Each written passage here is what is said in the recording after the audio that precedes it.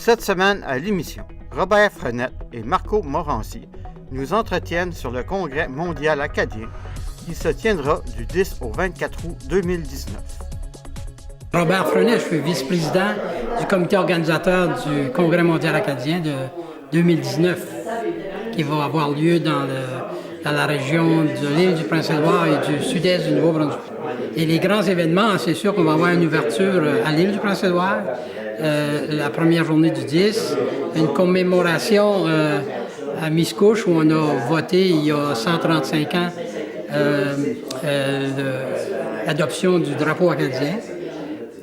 Comme autre activité, il y a évidemment le 15 août, qui est la fête nationale des Acadiens, qui va se dérouler à Dieppe. C'est une municipalité dans la grande région de Moncton. Et la journée de fermeture qui va se dérouler le 23, évidemment, dans la région de Chidiac. Aussi, il faut compter sur une activité qui va durer 8 jours dans la région de Moncton, qui va s'appeler Extrême Frontière, qui va permettre la diffusion de différents spectacles, différentes activités artistiques en plein centre-ville de la ville de Moncton. Nous, ce qu'on veut faire, c'est lancer une invitation au prochain Congrès mondial acadien qui va se dérouler dans le sud-est du Nouveau-Brunswick et dans l'île du Prince-Édouard du 10 au 24 août 2019. Ce qu'on va faire ce soir, c'est qu'on va vous dire c'est quoi le Congrès mondial qu'on organise, puis un petit peu d'où ça vient, cet événement-là. L'historique du cinéma, ça a commencé à mijoter alentour dans la tête de certaines personnes en 88. Finalement, on a abouti en 94 à une première édition dans le sud-est du Nouveau-Brunswick, qui est le territoire qui est aujourd'hui, qu'on va vous parler, là, qui fait partie de l'événement de 2019, mais sans l'île du Prince-Édouard dans le temps. En 1999, on s'est transporté en Louisiane pour une deuxième édition. C'est suivi en Nouvelle-Écosse, sur le territoire de l'ensemble de la Nouvelle-Écosse en 2004, dans la péninsule acadienne en 2009, sur 3 territoires. En 2014, c'est-à-dire Madawaska, Nouveau-Brunswick, le Maine aux États-Unis et Témiscouata, c'était des régions limitrophes, là, des régions qui se touchaient. Là. Et enfin, en 2019, à l'île du Prince-Édouard et au sud-est. Ça, c'est un portrait des principales communautés qui vont être touchées. À la fois, c'est l'île du Prince-Édouard. Quand on parle de Techniche, Abraham-Village, Miscouche, Chamessaille, Souris, on traverse le pont. Là, on touche les municipalités de Memramcook, aller à Saint-Michel. C'est l'ensemble des communautés qui vont être intégrées dans l'événement. Ce qu'on veut, c'est de raffermir les liens qui unissent les communautés acadiennes de partout, en démontrant ce qui a changé. Notre modernité est une réalité d'identité acadienne, parce qu'on évolue aussi en même temps que les années passent, on évolue. Le Congrès, ça va être aussi une occasion d'accueil ceux et celles qui s'intéressent et qui aiment l'Acadie. Donc, tout le monde est invité. Là, ça. On ouvre le spectre, là. Oui, pour les Acadiens, mais venez voir les Acadiens aussi. La région Hautesse a ça de particulier, c'est qu'on est vraiment dans une mer anglophone. Hein? Oui. Puis il faut aussi comprendre qu'à l'île du Prince-Édouard, on dit qu'il y a 30 000 Acadiens sur les 125 000 habitants. Il y en a 30 000 qui sont Acadiens, mais il y en a seulement 5 000 qui parlent encore le français. Et les Acadiens qui ne parlent plus le français, tu ne vas pas leur dire qu'ils ne sont pas Acadiens non plus. Là. Ils se revendiquent de leur identité acadienne, ils sont très fiers de ça, et puis souvent ils vont même s'excuser qu'ils ne parlent plus le français, mais ça fait qu'il y a encore cet attachement-là avec la culture. Donc pour nous, c'est important de rendre le congrès accessible à eux autres aussi, parce qu'on veut peut-être les ramener, si tu veux, au bercail à quelque part. Puis un de nos indicateurs du succès de notre cinéma, ça va être éventuellement de voir les inscriptions en école d'immersion augmenter à l'île du Prince-Édouard. C'est pour tous les Acadiens, donc tous les Acadiens qui sont en Nouvelle-Angleterre, que ça fait 2, 3, 4 générations, qui ne parlent plus français, qui se rappellent peut-être même plus, qui ont des noms acadiens. Donc, c'est pour ça qu'on parle de ça, on dit que c'est vraiment pour tout le monde. C'est pour ça que vous verrez nos publications et toutes nos choses, ça va être en français et en anglais. C'est pas parce qu'on est mou, c'est pas parce qu'on veut pas promouvoir le français, c'est pour être invitant et accueillant, puis que ça soit accessible à tout le monde qui veut participer. Puis troisièmement, je dirais que par exemple à Moncton, on a fait du chemin. Moi ça fait une vingtaine d'années que je vis à Moncton. On a fait beaucoup de chemin depuis les 40-50 dernières années avec l'harmonie entre les deux communautés linguistiques, je dirais. Et puis, on a tout à gagner de se faire connaître de la communauté anglophone. Et de plus en plus, ils ont eux aussi un appétit de connaître c'est quoi les Acadiens, la culture acadienne. Ils découvrent qu'il y a une richesse là-dedans, ils aiment la musique, ils aiment toute la créativité, la culture qui vient avec. Ça fait qu'il y a tous ces objectifs-là qui se déclinent là-dedans. Donc c'est pour ça qu'on tient à le souligner, là, que c'est vraiment pour tout le monde. On ne va pas faire des choses juste pour les Acadiens, c'est pour tout le monde. Mais bien sûr, on s'adresse, c'est un rassemblement acadien, mais on veut rendre ça accessible à tout le monde. Les grandes dates du CMA, il y a le 10 août, c'est la journée d'ouverture qui va se passer à Abraham Village. On fait 25 ans du Congrès mondial.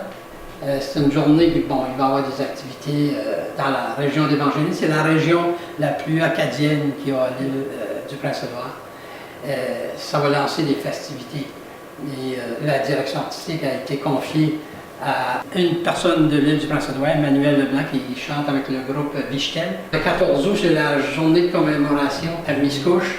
Et Miscouche, c'est là où il y a une convention en 135 ans passés sur l'adoption du drapeau et de l'hymne national. Et puis là, on va faire directement là à Miscouche, où il y a un musée à Miscouche, ça va être autour du musée de Miscouche, où on va souligner. Le drapeau a été confectionné à Saint-Michel plus tard, mais la décision a été prise à Miscouche. Et dans les grandes dates, vous voyez, on est rendu au 15 août, mais on va donner un blitz entre le 10 et le 15 à l'île du Prince-Édouard. Puis ça ne veut pas dire qu'il ne va pas avoir des rencontres de famille, qu'il ne va pas avoir d'autres activités, mais il va y avoir, comme vous voyez, il y a une intensité d'activité pour que les gens n'aient pas traversé continuellement le pont. Ça coûte presque 50$ de traverser le pont. Donc c'est un peu pour ça qu'on l'a construit comme ça. Donc c'est ça, je dis, le 15 août, on traverse le pont. Pour célébrer la fête nationale, on prépare une journée d'activité, dont un spectacle grandiose, précédé d'un grand tintamarre, puis ça va se passer à Dieppe. Entre le 16 et le 23 août, on va présenter dans la ville, en plein cœur de la ville de Moncton, centre-ville, l'espace extrême frontière, qui est un endroit où on vise à fermer les rues, que ce soit des zones piétonnières, où on rencontrera différentes disciplines artistiques contemporaines. On pourra visiter des kiosques, des pavillons, puis on va célébrer l'Acadie, rendre hommage aux poètes, aux penseurs, bâtisseurs de la culture. C'est un lieu, ça va être un lieu extrêmement culturel. Le 24 août, c'est la journée de clôture à Chidiac. La journée, c'est la capitale du homard. Et aussi là, on donne la direction artistique à Georges Béliveau. Georges Béliveau, c'est un chanteur country plutôt. Il va y avoir un volet conférence qui va probablement avoir lieu à l'Université de Moncton.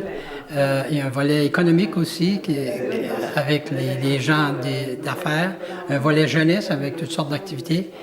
Et en plus d'activités, des grandes rencontres de famille comme on fait à tous les événements. On a toujours considéré comme étant le cœur et l'âme de tous les CMA, parce qu'il y a beaucoup de monde qui viennent dans les réunions de famille, puis qui fait en sorte que ça offre en tout cas une bonne portion des participants aux autres activités qu'on offre, c'est-à-dire les spectacles d'ouverture et de fermeture.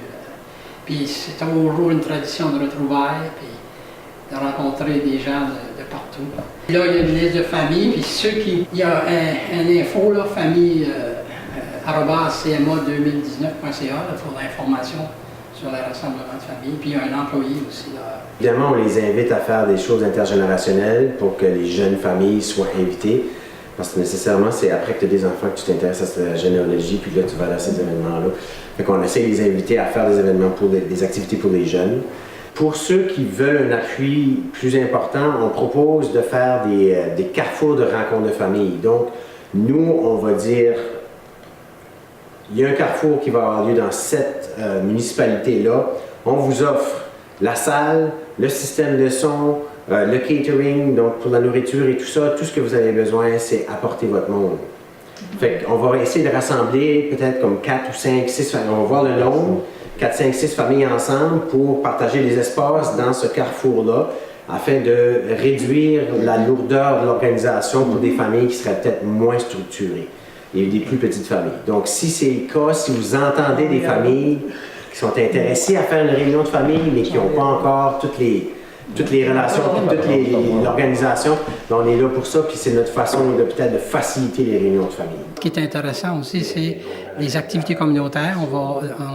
On a défini une espèce de parcours où la personne qui va venir au congrès va pouvoir faire un parcours dans toutes les communautés qui sont impliquées dans le congrès et vont les recevoir avec des activités. Donc, on pourra à la fois participer à des activités et aussi connaître ou prendre connaissance des différentes communautés qu'il y a dans cette grande région-là. Évidemment, il y a le réseau des villes francophones et francophiles d'Amérique qui vont se rencontrer, qui font leur réunion, une rencontre à toutes les 2 années. Donc, ils vont se rencontrer pendant le CMA. Donc, évidemment, ça, ils attendent plus de 300 dignitaires, donc des maires et tout ça. Puis, on s'entend que Boston est là-dedans et tout ça. Le Québec. Puis, un des objectifs, c'est le tourisme culturel. Évidemment, ça va francophone. Donc, on pense que le CMA, c'est le parfait exemple du tourisme culturel. À chaque congrès, on a une chanson nouvelle, mais cette année, on n'a pas de chanson nouvelle. On a fait une reprise de la chanson de 25 ans passés, sauf qu'on a changé les voix, on a changé l'harmonisation, on a amélioré, on a fait une nouvelle harmonisation avec François Aymon. On a des musiciens des régions hautes, là, et aussi des nouveaux chanteurs, la nouvelle génération, mais en respectant le texte original. Acadie de nos cœurs, enfin c'est ton heure, tes enfants reviennent dans tes bras. Séparés par la mer, pendant les années tristes, dispersés à travers, on n'avait pas eu le choix de partir. C'est le temps pour se revoir, chanter, danser ensemble, où ça a tout commencé, plus de 400 ans passés. Acadie de nos cœurs, enfin c'est ton heure, tes enfants reviennent dans tes bras. Acadie de nos cœurs, enfin c'est ton heure, tes enfants reviennent dans tes bras. Viennent du nord et de l'est. Dans le dépliant, on le voit bien, là, le calendrier. Là. Ça fait que les vacances en 2019, c'est pas compliqué, c'est déjà tout inscrit, c'est ça votre parcours. Vous n'avez même pas besoin de réfléchir, c'est autopilote. Je peux